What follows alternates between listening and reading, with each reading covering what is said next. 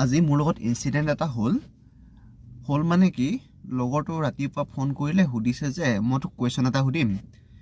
যদি পাৰ মই তোক 500 টকা এটা দিম আৰু যদি নোৱাৰ তই মোক দিব লাগিব মই ভাবিলোঁ যিকোনো কুৱেশ্যন আজিকালি গুগলত পাই যায় ন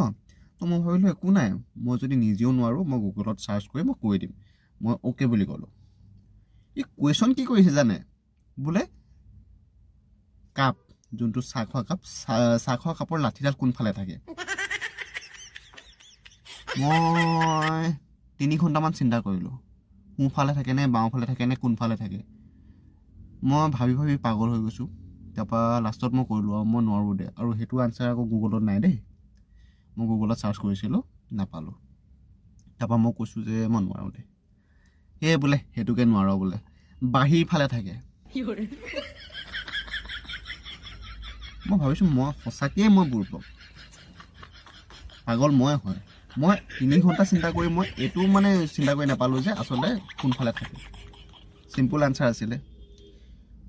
তাৰপৰা কুৱেশ্যনটো আনচাৰ যে দিলে 5 মিনিটৰ ভিতৰত মোৰ ঘৰ পাই গ'লহি মোক 500 টকাটো ল'বৰ কাৰণে আৰু সি মোক যে দিবলৈ আছে সেইটো কাম মনত নাই দে বোলে মোক পাবলৈ 500 টকা লৈ গুচি গ'ল ৰাতিপুৱা এডভাইচ শুনা এইটোৱে আৰু